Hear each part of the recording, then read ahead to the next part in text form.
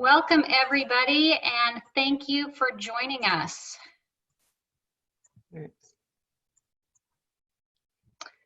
I am Jennifer Ayers with Northwest HPEC, and as you can see on the screen, you are a part of a much greater Northwest HPEC community.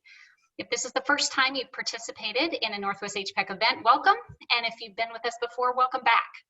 Northwest HPEC exists to help your companies create a culture of continuous improvement, and we accomplish this through connecting and collaborating so that we can learn and grow together. Before we get started with the webinar, I want to go over a few housekeeping items. So as a participant, you will be muted throughout the webinar. If you look on the bottom of your screen, you can see a quick Q&A button. Feel free to type in a question during the presentation, and we'll spend some time at the end of the webinar answering these. We will not be using the chat feature today. The presentation will be interactive, and you'll have an opportunity to answer a live poll question, and look for the controls at the bottom of your screen during that time. The webinar link and slides will be sent out within a few days to everyone who is registered, and a survey will pop up after the webinar, so take a couple of minutes to provide feedback. I want to go over a couple of upcoming events really quick before we start. So we are holding an event next month for the women in our Northwest HPEC community to network and build business relationships. Katie will be back live to facilitate a workshop called Leading with Purpose. Details about the event can be found on our website and social media accounts. Registration's open, so email me if you would like to attend. And one more quick announcement is that we have our maintenance special interest group meeting next week on the 19th at Clackamas Community College. We're going to explore the topic of developing technical and troubleshooting skills. So email me if you'd like to join us. RSVP is required, and it is free for members. Great. So let's turn to our topic today of effective coaching for problem solving. This will be fairly high level, but is intended to create some awareness around your role in solving problems. I'm excited to introduce you to today's speaker, Katie Anderson. Yay. I was first connected with Katie at last year's AME conference, and over the course of the year, we have stayed in touch, and I've learned that she has so many great topics and experiences to share. Katie is the facilitator for AME's Bay Area Consortia. She's also a faculty member of the Lean Enterprise Institute and Catalysis. Katie has held senior leadership roles at Stanford Children's Hospital and the Palo Alto Medical Foundation. She speaks and facilitates around the world, and after living in Japan for a few years, she now leads annual study trips to Japan to share her insights about lean thinking, the Toyota way, and Japanese culture with other leaders. Katie, I'm going to turn this over to you. Thank you. Thanks, Jennifer. Well, I'm really happy to be here virtually with you all. I'm located in the south of San Francisco near Stanford University. So I'm calling you from my home office today, and I'm really looking forward to being up in Portland just in less than a month now, and hopefully getting to see many of you there in person. So I have a picture of a Daruma there for you. I'm a bit obsessed by them, and I'll talk about what they are at the end, but it's a sign for goal setting, and I want to challenge you at the end of this for setting your own goal about how you are going to improve as a coach or leader based on something that you've learned from today. So the point of today is really to talk about not just how to be an effective coach for problem solving, but I like to add the word how to be a more effective coach, because this is about how we get better each and every day. And to me, the fundamental thing that we all need to work on, regardless of what our role is how we balance this continuum of telling versus asking. And if I were in a room with you all right now, I'd say, what do you think is our typical habit? And people generally say our habit more is to be on the telling side of the continuum versus the asking. And it's true. It's not that telling is wrong or bad as leaders or as coaches. There's absolutely a place for teaching, for setting direction, for giving information, but it's that our habit has tilted so far that direction that we have lost so much of the skill for asking questions and really helping other people think for themselves. So when Jennifer was talking about what would be the topic for today, I was saying how much I experience for myself, as well as when I'm coaching and developing others, how we have this challenge between showing up as an expert versus showing up as a coach. So, so often in our careers, we are promoted because we have deep content knowledge or expertise, regardless if we're independent contributors or if we're becoming leaders in an organization. And we have been recognized for our expertise. But the challenge as we get more senior in our companies, and frankly, even in our lives with the people around us, is that when we show up in this role of being the expert, of being the problem solver, we end up owning the problem. So as we have more responsibility in our organizations, when we end up owning all the problems because we're coming in and telling people what to do all the time, we are not actually creating capability for problem solving in the organization. It can feel a little bit faster at times, or that you know what the answer is, but we have to be more aware about what's our purpose in the moment, to own our own expertise, or are we there to be developing the capability of other people and therefore broadening the ability for people to solve problems. And when we end up owning all the problems, well, we become the bottleneck and overwhelmed, and it creates a bad situation. So why do we need to develop capability for other people? It's because we really need more than just one or two people solving problems across our organization. There's a great book written by Edgar Schein, who is a professor emeritus of MIT, who studied organizational development. He wrote a book called Helping, saying that we all have this inherent desire to help other people. In one way is to show up as the expert, but that when we do that, we really don't allow other people to have their own ownership of the problems in front of them. And so if we show up in more of this role of coach, or what he called process consultant, we are more effective at doing that. To me, this gets back to a concept of connecting with our intention, about what is our purpose and our role in that moment. Is this our problem to solve, or actually is this something that someone else has the problem ownership of? And then do we need to come in with our content knowledge and expertise to solve that problem or take ownership away? Or are we there really in a coaching and supportive role? Jennifer mentioned that I moved to Japan and lived there for a while, which I did in 2015 and 2016. I'm going to tell a quick story that doesn't relate necessarily to coaching, but it really relates to what I'm going to talk about a little bit later, which is how we connect and lead with purpose and intention. I didn't have a business card at the time, and I asked the business card company maker to put the logo, just the Japanese word for intention on my card, which is the symbols you see in front of you. And I started handing it out to Japanese people, and those who spoke English would always say, "Oh, this is a very powerful word." And I say, "Yes, I find that intention is really important." They said, "No, there's something deeper meaning here." Then I learned that the symbols here, the one on the lower part of the one on the left means heart, and the one on the right means direction. And to me, I've come to really see that intention is a way that we connect with our purpose, what's important inside of us, and the direction, how we show up, what behaviors we take, what actions we take, what words we say, and how are they aligned with that purpose. So when we go back to thinking about, are we wearing the hat of a problem? Do we own the problem, or are we the coach of the problem owner? That gets back to our purpose in the moment.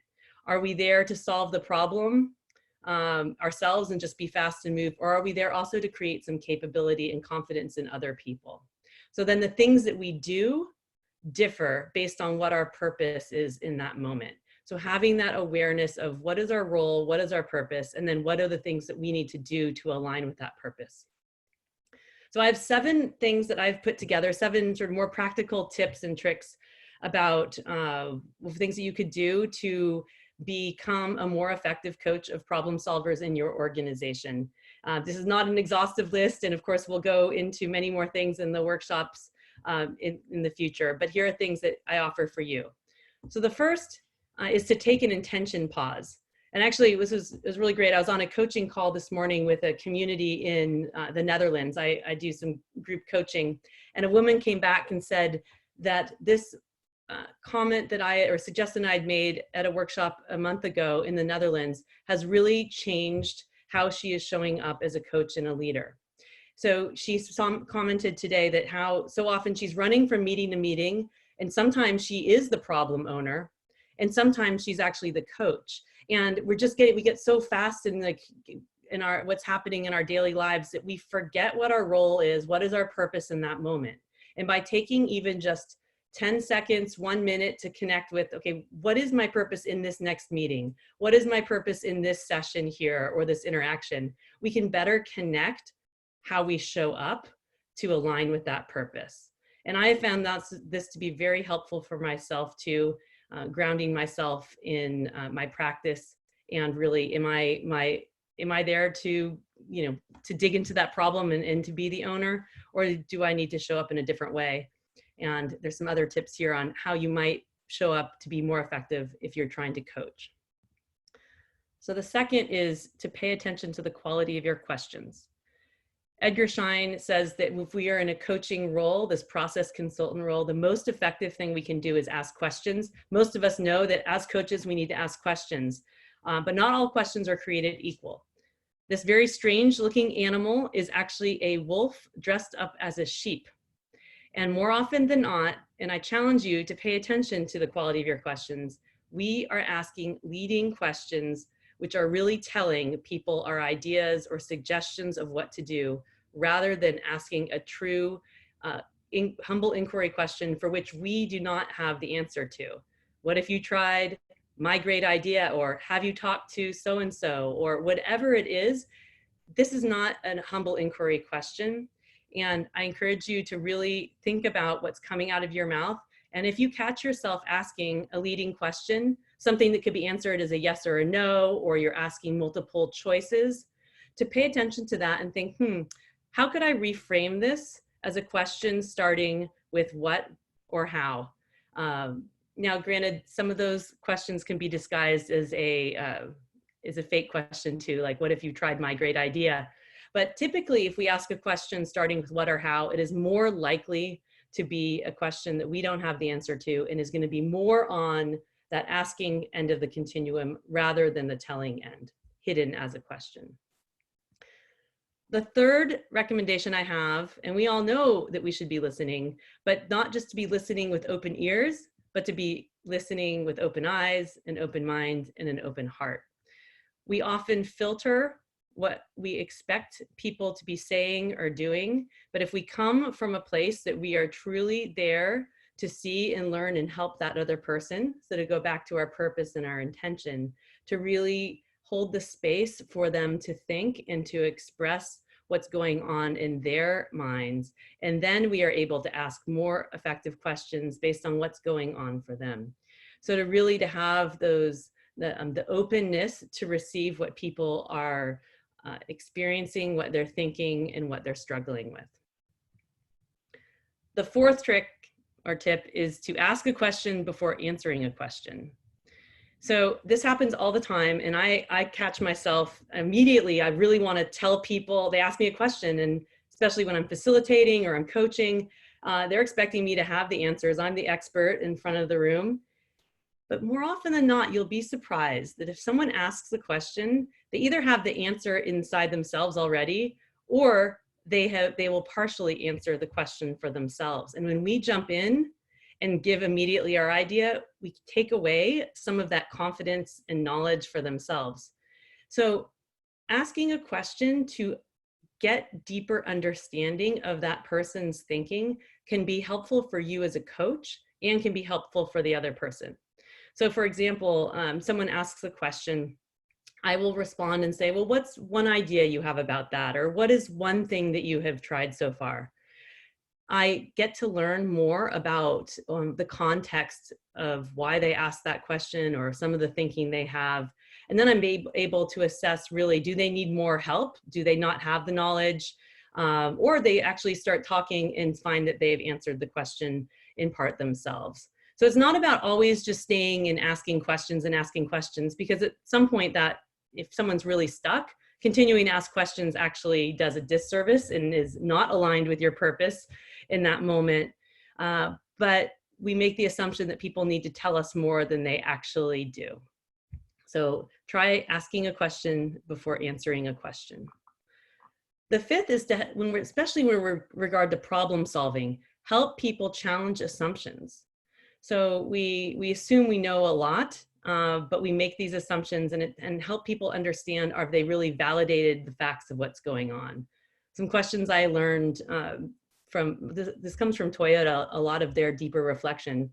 So what do you actually know and how do you know it? What do you need to know and how can you learn it? These are really powerful questions because we often assume that we know what the problem is, and we assume we know what the solution is. So there's something I've been incorporating into my facilitated sessions more and more lately. It was something that I learned from Karen Martin, who wrote Clarity First and some other great books. She's another fabulous lean thinker and coach. But a simple way to help people understand problem-solving thinking without going into deep content analysis or talking about A3 thinking or other problem-solving frameworks is to have someone divide a piece of paper and just label one side problem, the other side solution, and write down some problems that they're experiencing and then brainstorm a bunch of solutions already on their mind. You can then do a quick teach about what a process is, what a root cause is, how we need to look at causes before jumping to solutions. And this can be a really interesting thing to do, because then you can ask someone to say, okay, take a paper and divide it into thirds.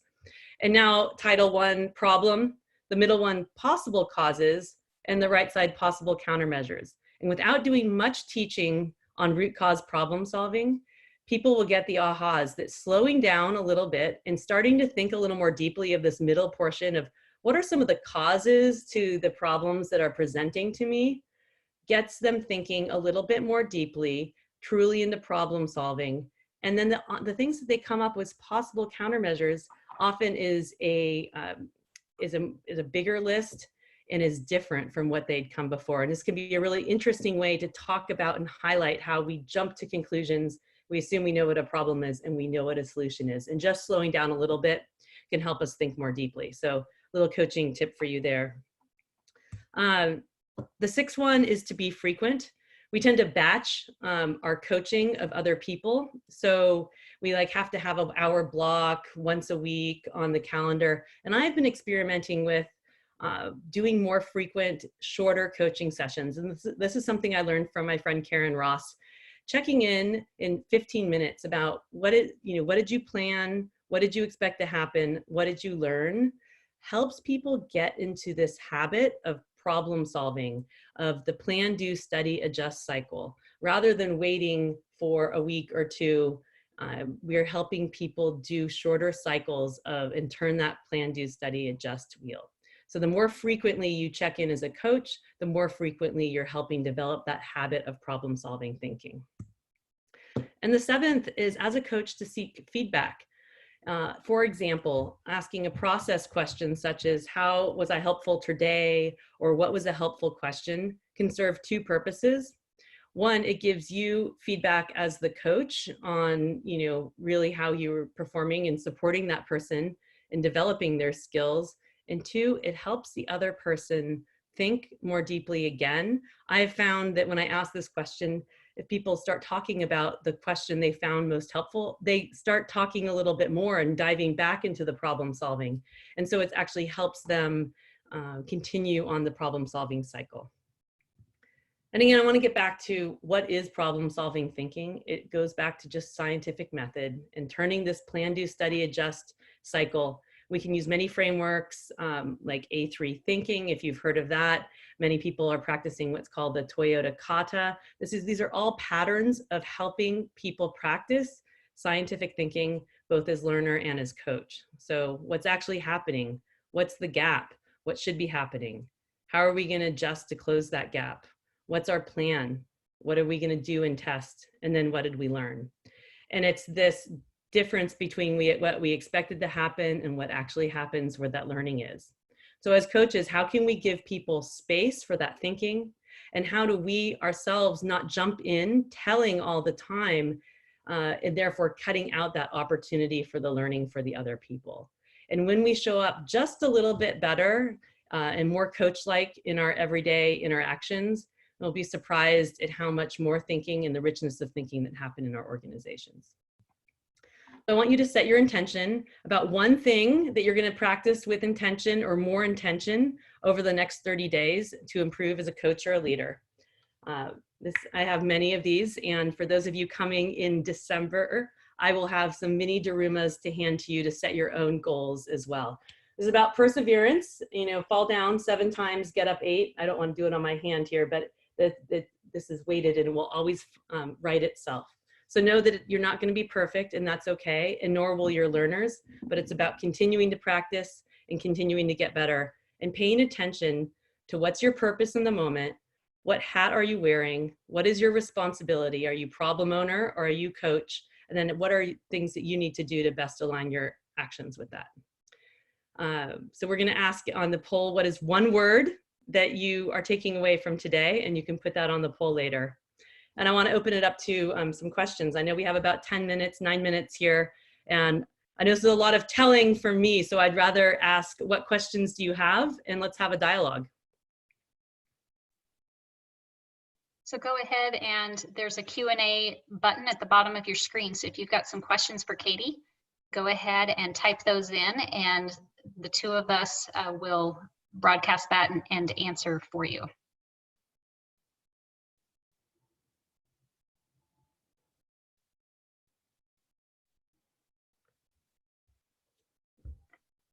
While people are typing, Katie, do you want me to launch the poll about their intentional coaching? Sure, that would be great. So while we're waiting for a couple Q&A questions to come in, I see some starting to pop in. We're also curious about how you would describe your daily intentional practice with coaching others. So on the bottom of your screen, you'll be able to select and vote, and we'll give you a couple seconds to do that. Yeah.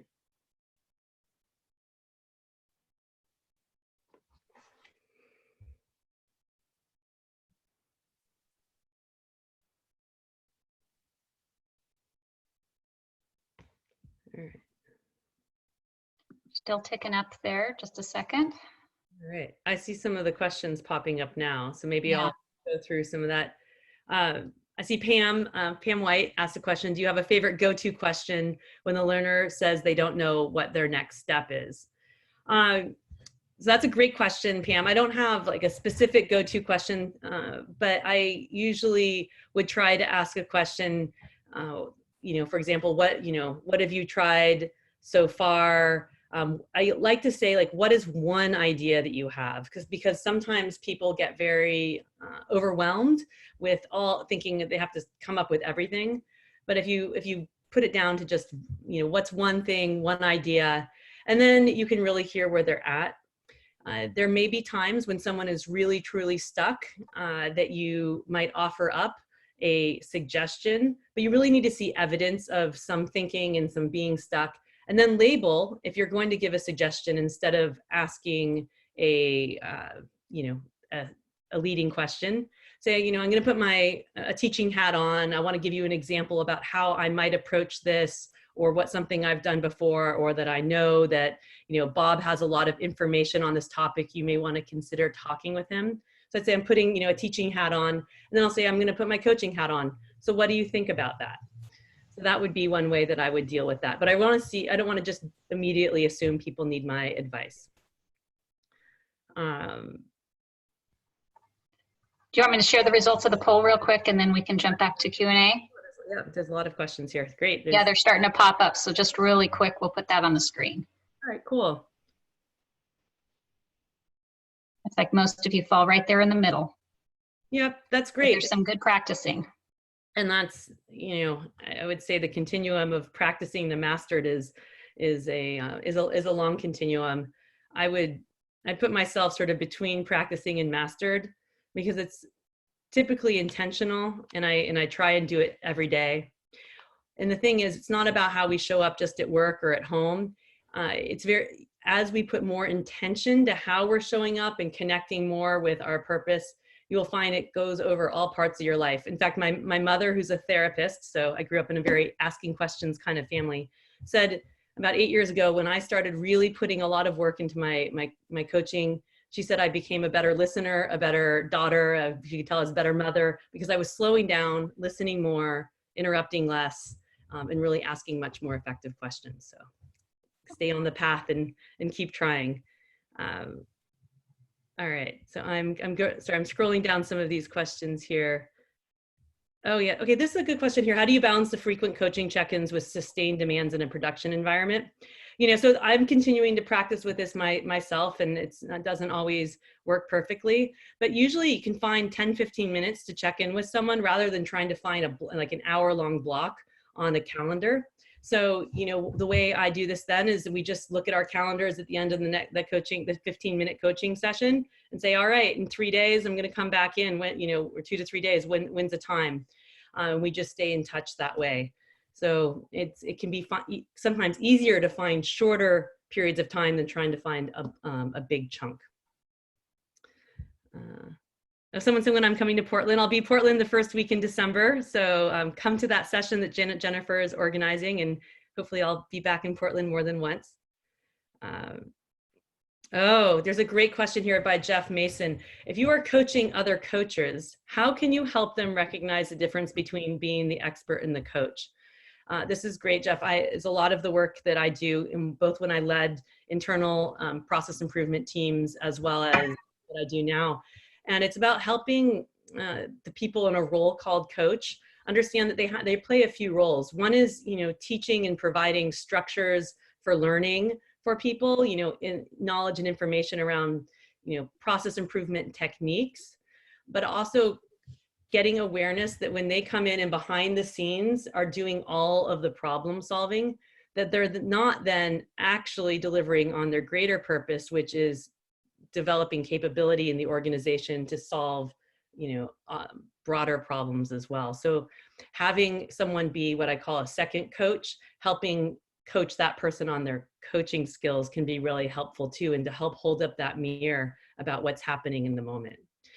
If we have only, a cadre of 6 to 8, Lean Six Sigma black belts who are coming in and doing all the master problem solving, when that person when they leave and go on to the next project, there really hasn't been sustainability. And so it's really having that dialogue with the people who are in a role called coach to help them understand what is their expertise and where are they then teaching and coaching and developing other people. Lots of great questions. Let's see. Sorry, I'm reading all those.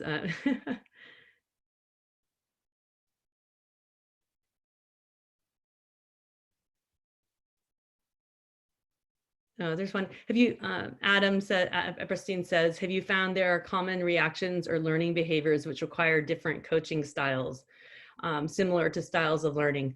So yes, absolutely. The way you need to have rapport with the person that you are coaching and have established some relationship. And even if it's not a formal contract, to have talked about what your role and the expectation is, and even having some upfront conversation about, how do they like to receive feedback? What are you going to do as a coach? And making sure that there is some understanding there, because if you just come in and start, asking a bunch of questions or, holding up the mirror is also part of a coach's role. So helping someone practice something new, that can be very off-putting if there hasn't been some conversation there. And then the role of your coach is to definitely be true to speak the truth with candor and respect, but people can receive things in different messages. And so my energy changes a little bit based on the people that I'm working with.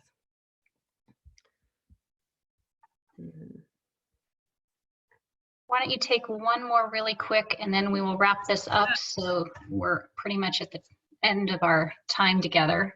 And then we can see if we can answer a couple of questions maybe behind the scenes. Or I know, it's right. I'm trying to see what are the other ones.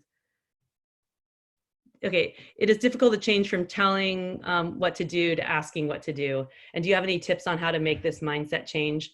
Yeah, my first tip would be to start just creating awareness for yourself of when that's happening and what happens as an outcome of that. And then really start even just trying to in a small, like 1 or 2 situations a day, start thinking, how could I ask this question opposed to telling someone my idea, and experiment with what happens as a result of that. Okay. Great. Awesome questions. There's a whole list here. I'm so sorry I haven't had a chance to answer or like explore all of them, but I really hope to see many of you in Portland, and we can always set up some more time as well to do some future coaching or dialogue as well. So here, Jennifer, I know you need to change here. Yeah, let me. So the Women in Lean, Women in Leadership, come be with me in person. I'm really excited. I also want to put a plug in for those of you, Women in Lean. There's a LinkedIn group too that has a lot of these conversations. So it's #WIL. All right. Thank you very much. The next, yeah, that slide has a lot of the details. So contact me if you would like to. If you'd like to join us in December. I want to thank you for joining us today, because I think this is a great way to promote learning within our organizations. I want to remind you that all of our classes are scheduled on polls. So if there is a challenge or a topic that you're trying to address at your organization, reach out to me. And as a reminder, your feedback's important, so answer the survey that's going to pop up as soon as you come out. If you have multiple people sitting in the room with you, we like to be able to add everyone to the training record that goes out to your companies at the end of every year. So within the survey, there's a place for you to put all their names, so that would be appreciated. And we will send a link to this webinar and also the slides. So if you've registered, you will be able to look at this information again. And I just want to say a big, huge thank you to Katie once more for sharing with us today. And I'm excited about her visit in December. So thank you very much, everybody. Have a great day. Bye.